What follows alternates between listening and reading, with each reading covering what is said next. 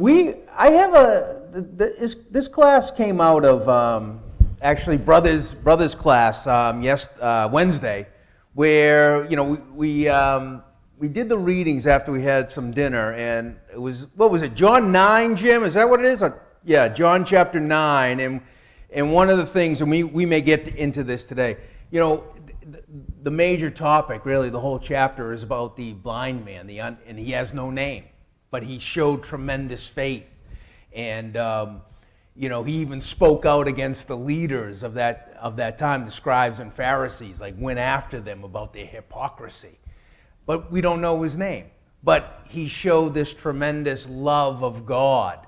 And so I thought that, just kind of thinking about it, it's like how many other no-name individuals in Scripture are there where an individual does something or is mentioned in the Bible, whether good or bad, right? And we're going to look at people that have no names and they did really great things, and people that have no names did some really wicked things. And so, I think there's a lot of lessons involved in looking at these people, the no names of Scripture, right?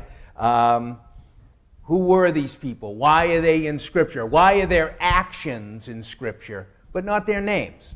Why did God in His wisdom, have their actions recorded, but not their names? We may not know that, but I just think it's interesting. And so, the question is, are there lessons from their lives that we can apply to our lives? Of course there are, right? The answer is yes. That's the whole purpose of the Bible, is looking at commands and statements, but also looking at the events of men and women of faith. Evil men and women, right? Back in the Old Testament and the New Testament as well. So, with that said, let's take a look at some of these things. So we go way, way back, right? What do we got for time? Okay. When we go way, way back into Genesis, there's a lot of people that are not mentioned that obviously played an important part in the spreading of people across the world. Let's just look at take a look at Genesis, the 5th chapter here.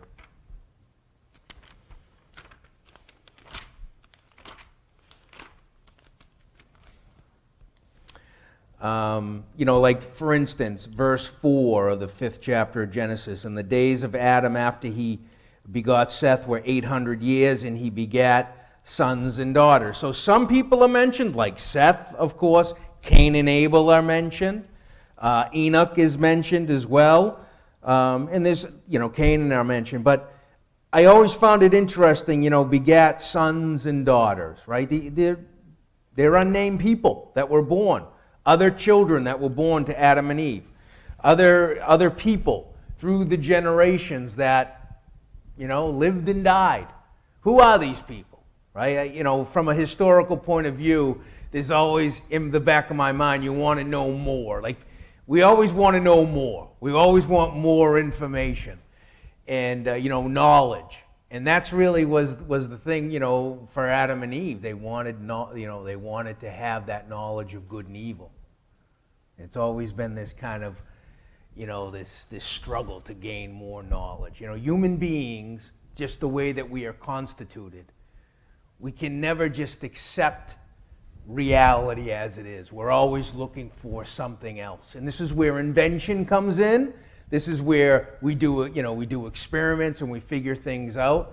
Just for instance, like the whole SpaceX thing, right? If you remember, like 5 years ago, they were trying to, make this rocket hover and land and all this kind of stuff. And now in 2024, they got this massive rocket coming down. It hovers a little bit and comes down, and they grab it with the chopsticks, right? So this is our mentality. There's always something more to know, and that can be a good thing, but it also can be a bad thing, right? What does Solomon say? God has made man upright, but he has sought out many inventions, and that can be a struggle sometimes. All right, so anyway, sons and daughters of Adam and Eve and the rest of them in Genesis 5. No names given to them, but obviously they existed. They had children, so on and so forth. And, one of the reasons why I think, too, is, we go further and further back in time, for Genesis 5. There's certain people that are mentioned, right, that I think were probably kept in the minds of Israelites, the major people, and they told these stories orally. And then eventually, they were written down, God's hand being obviously involved in this. But the further and further you go back in time, and it's even true today, the less information you have. Just the way it is. We lose things. Human beings love to tell stories and to tell information, but sometimes, things are lost. Now, we have everything that we need, obviously, for salvation, but I'd love to know a little more information about what was going on before the flood. Right? What was going on before the flood? Because, we have a lot of unanswered questions, even from archaeology. There's a lot of things that people don't know. And in fact, they keep on finding these civilizations that they didn't know existed. There's a massive civilization that they just found in ancient Turkey. Göbekli Tepe. I don't want to get into it, but anyways, it's a massive complex that they didn't even know existed until they found it. I think 1990 they found it, and they've been digging and trying to figure out exactly who these people were. So, anyways, Noah is mentioned, of course, but Noah's wife not mentioned. All right. We're going to find, too, brothers and sisters, and this may be a cultural thing early on, but, a lot of the women are not going to be mentioned, okay? And that isn't obviously that God didn't care about women, but in a cultural sense, the man and the man's name was, as far as genealogies are concerned, that's where the line is passed through. But it is interesting, according to Jewish tradition, that, you are not a Jew unless your mother is a Jew. All right? Is that correct, Jason? Thank you. All right. All right. So the line of, the bloodline for Jewish people goes through the mother. All right. Let's take a look at, Lot and his wife, because Jesus is going to mention Lot's wife. Again, do we know her name? We do not know her name. But she is the foundation of a teaching of Jesus, as we're going to see.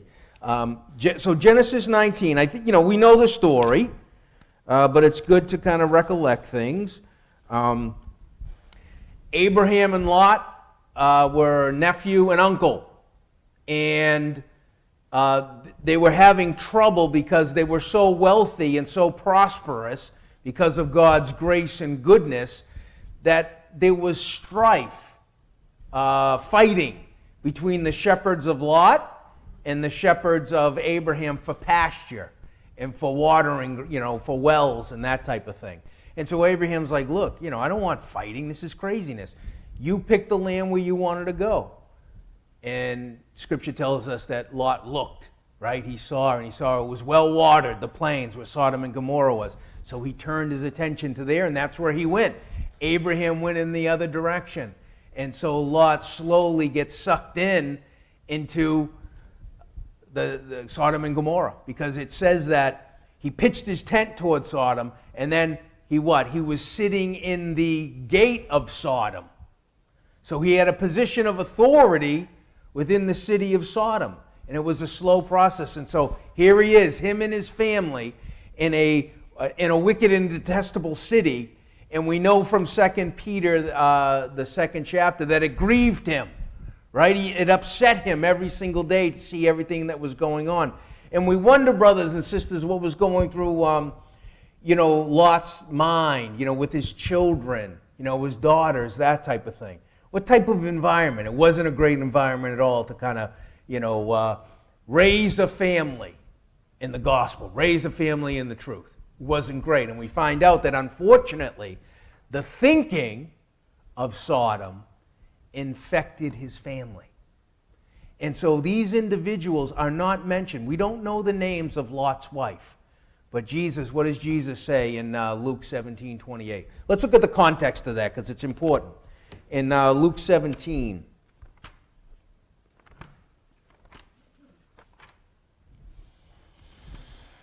in verse 28. Well, we can start in verse 26. As it was in the days of Noah, so shall it be also in the days of the Son of Man. They did eat, they drank, they married wives, they were given in marriage, until the day that Noah entered into the ark, and the flood came and destroyed them all. Likewise also, as it was in the days of Lot, they did eat, they drank, they bought, they sold, they planted, they builded. But the same day that Lot went out of Sodom, it rained fire and brimstone from heaven and destroyed them all. And so it goes down in verse 32, remember Lot's wife. Whosoever shall seek to save his life shall lose it, and whosoever shall lose his life shall preserve it. So Lot's wife, we don't know her name, but she is a cautionary tale that Jesus uses about turning back to wickedness, away from the things of God, turning back from salvation. And that's what Lot's wife turned back.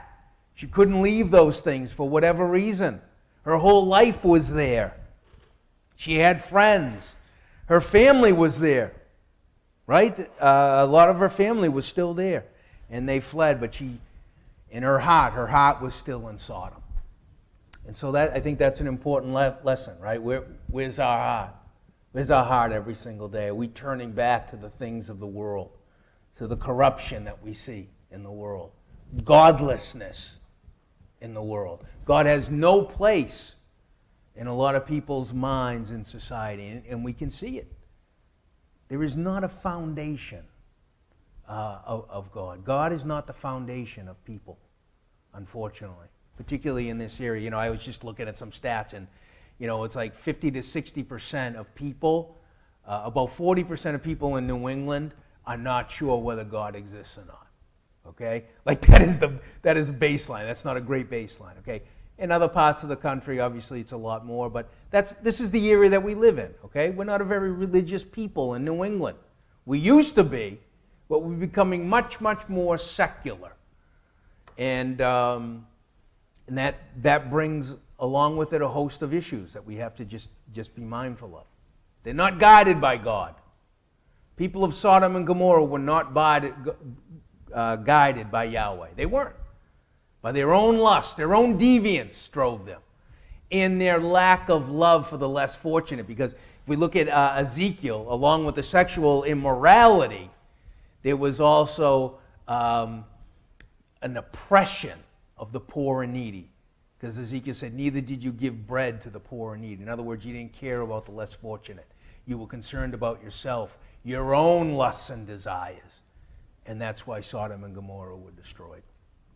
And then along with that story, without getting into it, Lot's daughters. When we talk about, sexual immorality, well, it rubbed off, unfortunately, on Lot's daughters, didn't it? And they, there's obviously, more, lessons in that. But we don't know the names of Lot's daughters, do we? We don't. Cautionary tale, right? A lesson from God to us. Hey, these people don't have names, but look at their behavior. What did they do? Were they followers after God, or did they do other things? In this case, Lot and Lot's daughters. Tragic, very tragic that what happened to Lot. Just because really of one decision.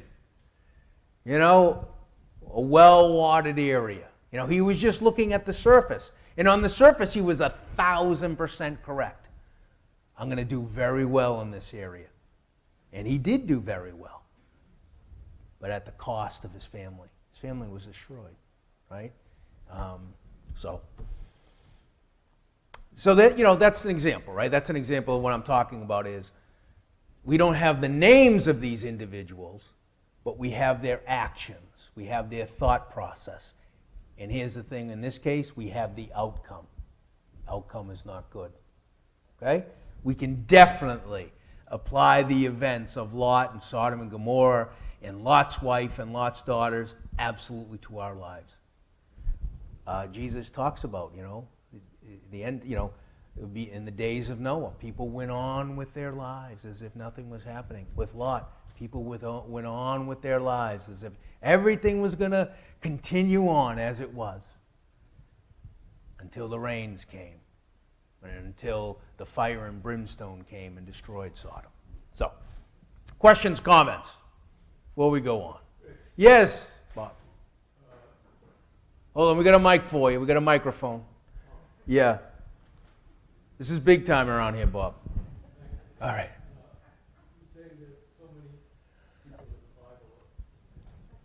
Do not have names. Yes. But when you stop and think, all these people had a father and a mother. Yes. And the father and the mother must have named their children. Yes. So they have names, but God in his wisdom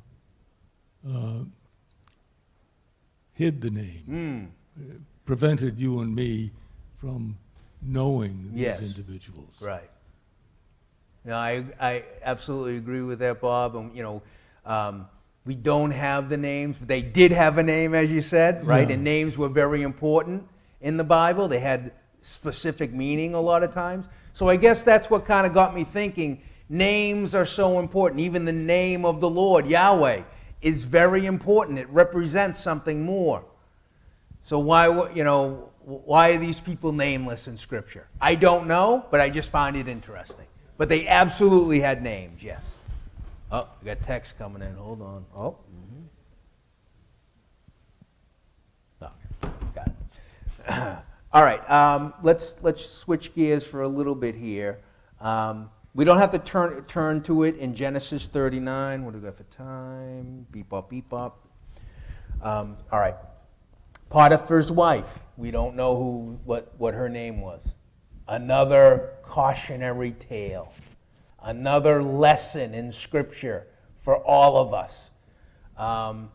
Resisting temptation. Being put into situations that we may have trouble getting out of.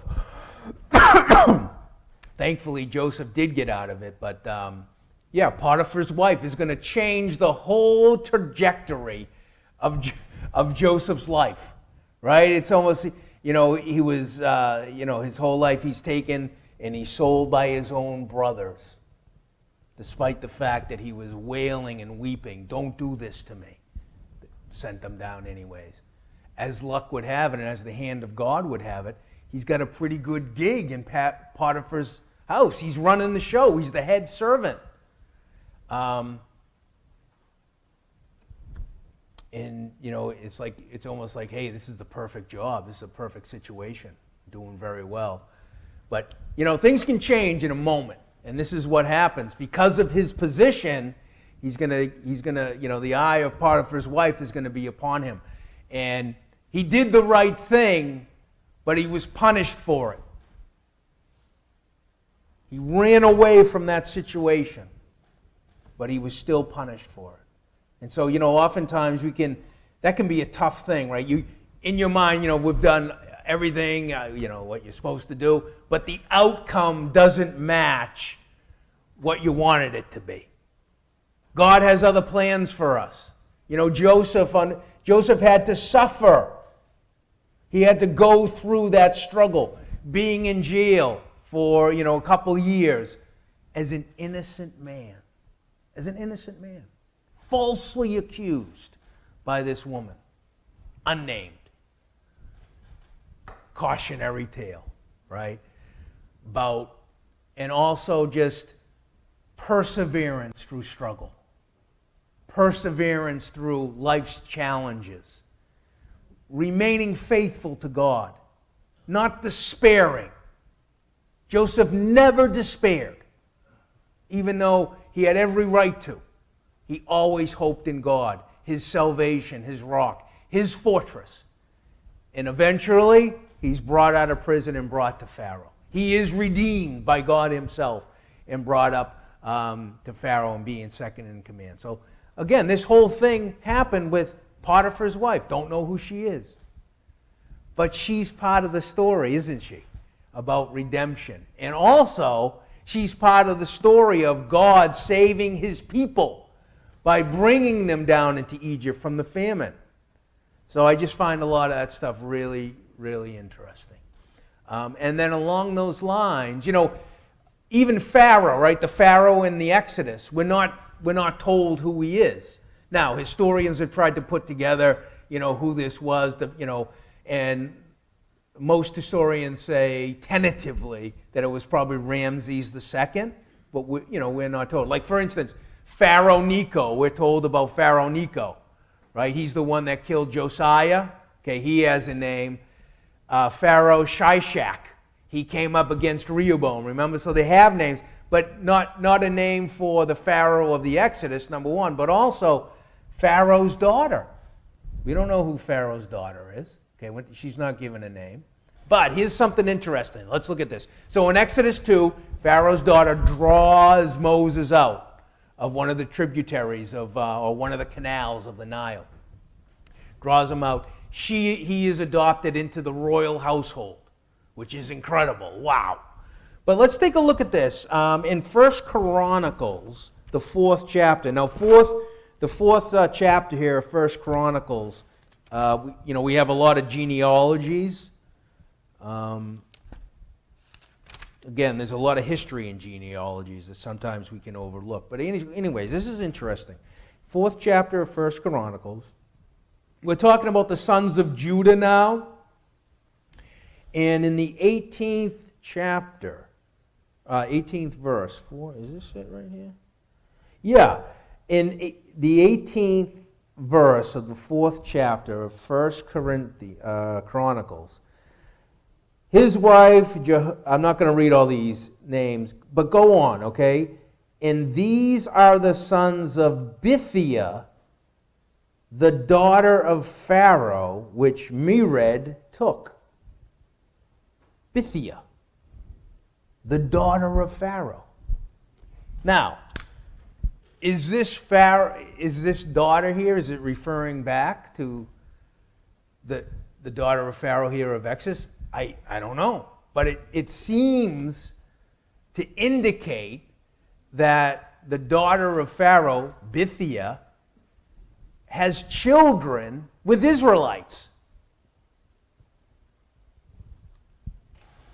In that 18th verse, Bithiah. Is it the same daughter of Egypt, daughter of Pharaoh? Don't know. I just find it extremely interesting.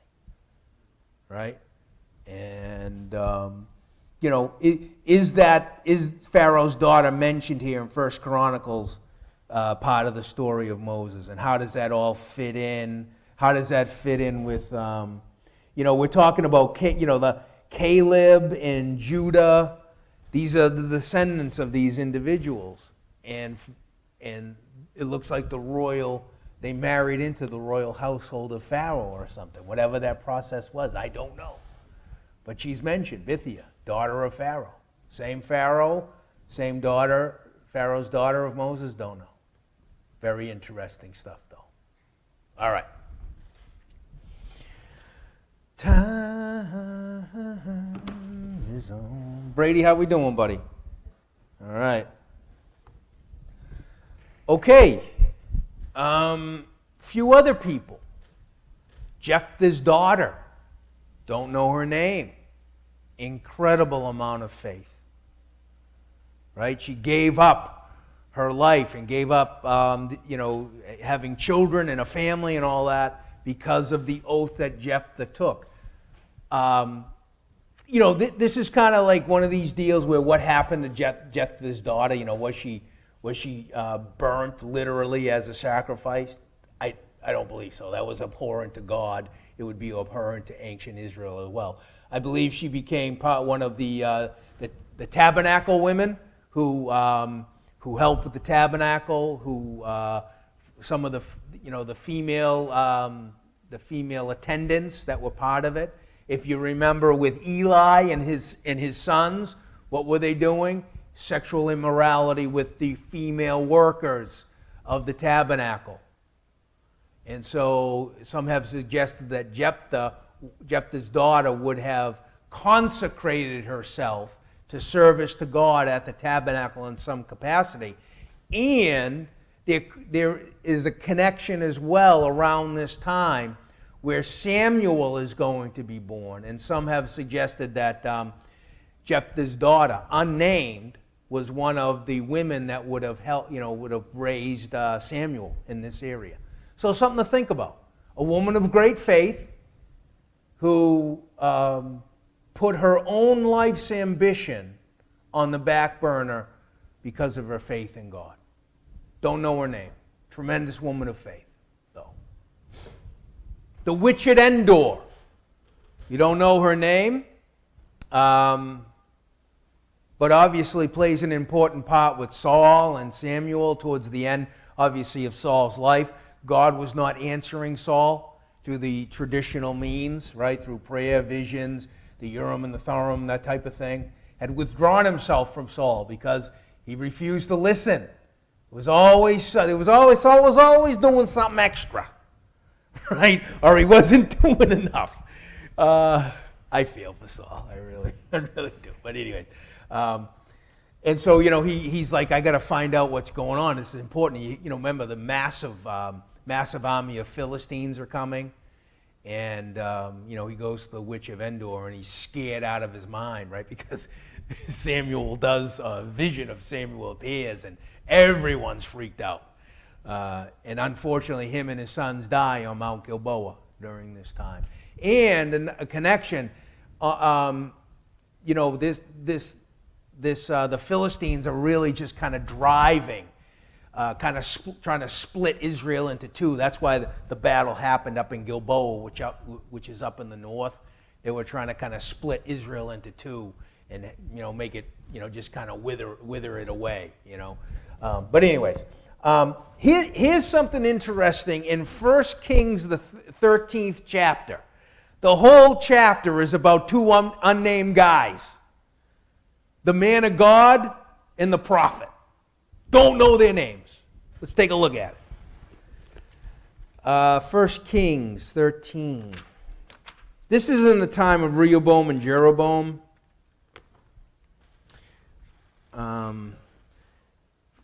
Verse 1, 13th chapter, 1 Kings. And behold, there came a man of God out of Judah by the word of the Lord unto Bethel. And Jeroboam stood by the altar to burn incense. And he cried against the altar in the word of the Lord, and said, O altar, altar, thus saith the Lord, behold, a child shall be born unto the house of David, Josiah by name. And upon thee shall he offer the priests of the high places that burn incense upon thee. And men's bones shall be burnt on thee. He goes on, behold, the altar shall be rent, and the ashes that are upon it shall be poured out. So this man of God, don't know his name, passes judgment upon Jeroboam and the northern tribes because of their false worship of Yahweh. They worshiped Yahweh, brothers and sisters, but they worshiped them in their own way, and they worship other gods as well. Okay? So when we think, they had their own temple and everything in Samaria. But, it says that Jeroboam took people from the basis of the people and made them priests, and changed the location of worship, allowed high places to go on, didn't allow the Levites to be part of service, which was commanded by God. In other words, he made up his own religion. The name was still the same. They still worshiped Yahweh, but in their own way. Right? It's another cautionary tale by an unnamed individual, right? Man of God comes. This altar is going to be destroyed by Josiah. He's mentioned by name. So very important prophecy by this man of God. There's another individual that he comes in contact with called the prophet. Let's see. Yeah, answer the king, the God. In verse 11. Remember, he's told not to stop anywhere. You got to just boom. You got to go, do your job, and then go. But this, in verse 11, now there dwelt an old prophet in Bethel. Another unnamed guy. But this prophet is going to lie to the man of God's face and say, no, God said to come on in. Let's enjoy a meal together. This prophet wanted the blessing from this man of God. Okay, it was very important to get a blessing. And so he lied to this guy, and the man of God is going to end up being killed by a lion, I believe. Right? He's going to be killed. So anyways, there's a whole chapter in Scripture about two guys that we don't know their names. The whole chapter. The man of God and the old prophet. Okay? A lot of lessons in this chapter, though, isn't there? Even though we don't know the names of these two individuals. A lot of lessons, life lessons for us. Okay. This is a good one. This is one I like here. In 2 Samuel 20. Yeah, this is a real good one. Beep, beep. All right. Yeah, and so this is all, unfortunately, during the time of upheaval and chaos and rebellion. This is David, right? Right after the rebellion of Absalom, where really all Israel turned on David towards his son, Absalom. But after that war, after Absalom is killed and that kind of settles down, there's another upheaval too. This guy named, individual named, he was a man of Belial, Sheba. All right, he was a tribe of Benjamin, right? There's that connection with the house of Saul, right? The house of Saul is still kind of miffed that David kind of took over everything. And so there's still individuals from the house of Saul, from the tribe of Benjamin, that are interested in getting power back. So everything was not all hunky-dory in David's kingdom, as we know. There's a lot of ups and downs. Anyways, where's this chapter here? Yeah, this is where like Amasa was given control of the army by David because of what Joab did. He didn't listen to David to, spear Absalom. Joab's like, nah. And he ends up killing, puts 3 dots in him and then sends his bodyguard onto Absalom to hack him to death. Anyways, he goes up to Amasa, right? Amasa's been given the captainship of the army of Israel. Joab wants it back, so he goes up to Amasa, right? Are you in health, my brother? Are you doing good? How's your health? Pow! Right? Got right under the 5th rib, and just the treachery of Joab, right? We know these guys' names. We don't know this wise woman, though, of Abel. I was looking at it. Where is this? Yeah, in verse 15. And they came and besieged in Abel. This is where Sheba goes. He goes and he kind of to this place unto Abel and to Beth Maacah. And so he's hiding out here. It was a fortress city. It had a tower. It was a fortress city, and it was fortified.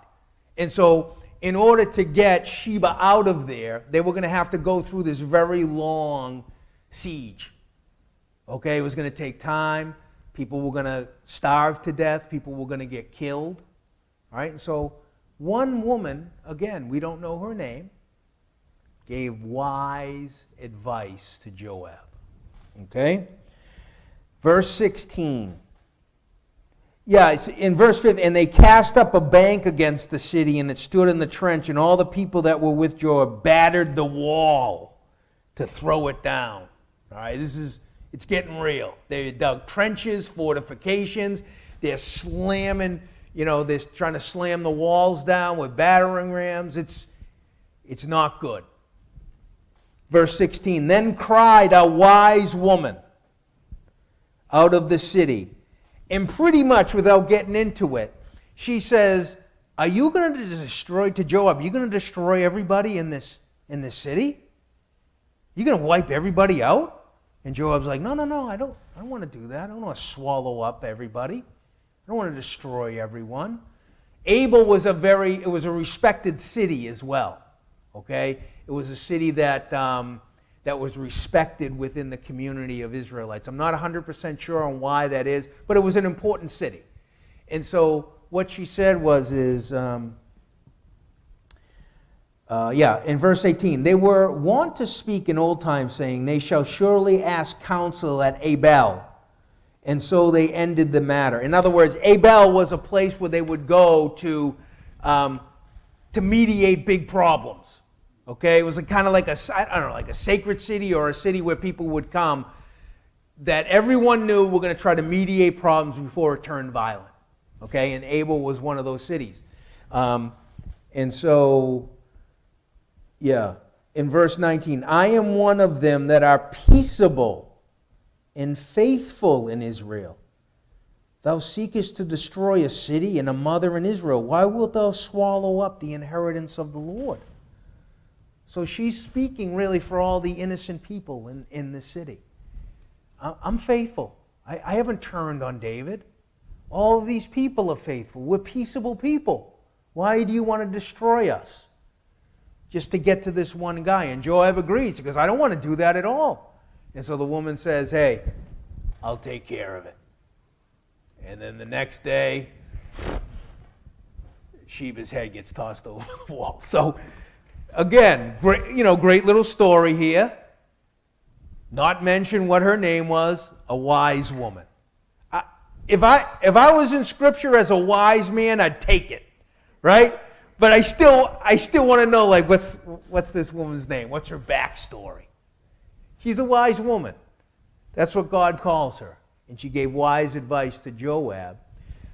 Along the same lines, brothers and sisters, of the wise advice that Abigail gave David. Remember? Kind of the same situation. David's all like, he was disrespected by Nabal and all this. And he's like, that's it, I'm wiping everything out, right?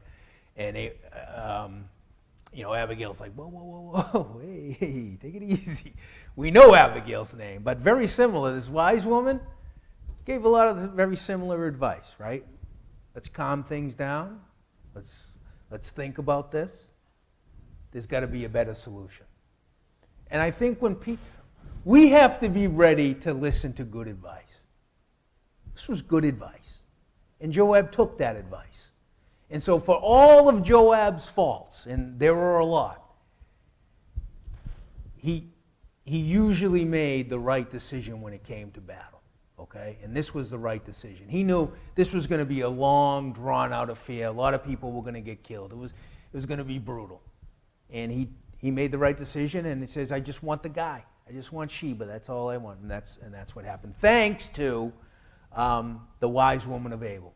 Don't know her name, but she did a great job in saving a lot of innocent people in Abel. All right? What do we got? All right. This will be our last slide. So it's going to be a two-parter, Ben. It's a two-parter, I think. All right. The last two here, the Queen of Sheba. Now, extra-biblical sources, particularly the Ethiopian Christian Church, has a whole history with the Queen of Sheba and Solomon. It's really fascinating. I'm going to give you the Cliff Notes. The Queen of Sheba goes up to see Solomon in all his glory. Okay? They are intimate with each other. And from that union, Sheba gives birth to a line of kings that started there and goes all the way up to Haile Selassie, I think his name is, and that's he was a modern, if you guys know about like reggae music and Bob Marley and stuff like that, this is where a lot of this comes from, is they believe that the descendants of Solomon and Sheba are the Messiah. Okay, this family, Ethiopian royal family. Bob Marley talks about a lot of that kind of, and that's really was like part of his kind of spiritual religious outlook was, we're gonna bring this Messiah to the world from Ethiopia, right? So, anyways, say again. Rastafarians, correct. Thank you, Jim. Yes. Now, last one we're going to take a look at, and this is one of my favorites, I think, because it's so, and it involves a lot of different people that is interesting. What do we got? Okay, yeah, I'm going to do this quick. In 2 Kings, the 5th chapter. 2 Kings 5, 5. All right. So let's take a look at these couple verses here. In verse 1, now Naaman, captain of the host of the king of Syria. First of all, that's a very powerful position. This guy was the general of all the forces of Syria. Okay, no joke. Very powerful guy. Was a great man with his master and honorable, because by him the Lord had given deliverance unto Syria. He was also a mighty man in valor, but he was a leper. Just as an aside, he's not going to be the only leper commander that history knows about. During the Middle Ages, King Baldwin, who was a king in Jerusalem, the Europeans are going to control Jerusalem for about 100 years. There's going to be one king, his name's King Baldwin. He's only going to live to be 25. He had leprosy.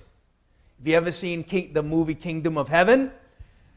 He's the king that wears kind of like a silver mask in order to kind of cover up the lesions and so forth on his face. True story. He was a leper, great king, very respected, but he had leprosy, and it's going to end up killing him. Same with Naaman. He's a great man, but he's got leprosy. And we all know leprosy is... And I often think about this. How could he do his job? Right? He's got leprosy, but he's leading a bunch of men to battle.